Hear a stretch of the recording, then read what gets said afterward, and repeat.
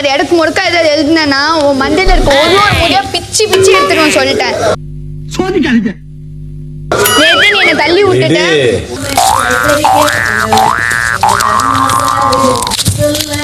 என்ன ஜோக் காட்டுறீங்களா? என்ன ரங்கா ஜோக் காட்டுறீங்களா?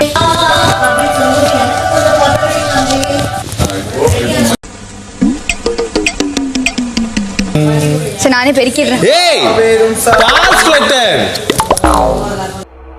ஆரம்பிக்கலாங்களா? What the hell வியாடா?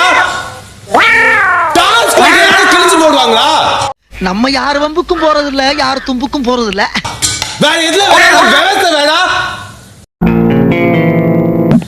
டிரான்ஸ்லேட்டர் எங்க வந்துச்சு?